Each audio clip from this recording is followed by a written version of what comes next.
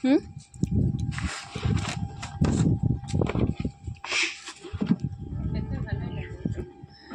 বলছি তো, এই মালটা আছে, এই মালটার মধ্যে কিছু নেই তো সেরকম। এই মালটার মধ্যে নারকেল আছে, বাদাম আছে, তারপরে কিশমিশ আছে, তারপরে খোয়া আছে, তারপরে কি আছে, হরলিক্স আছে, সব আছে এই মাল। হরলিক্স আছে? হ্যাঁ, তুমি যাও না বিশ্বাস তো বাটি মধ্যে ঢালবে, বুঝতে পারবে।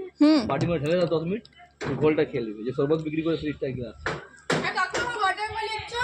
20 টাকা। এই এক একটা 20 টাকা? এগুলো 20 টাকা করে? 10 টাকা। তাই তো, আগে এগুলো 5 টাকা করে দেয় না, কত বড় বড় দিত। আর শরবত ছিল 80 টাকা কেজি, এখানে 200 টাকা।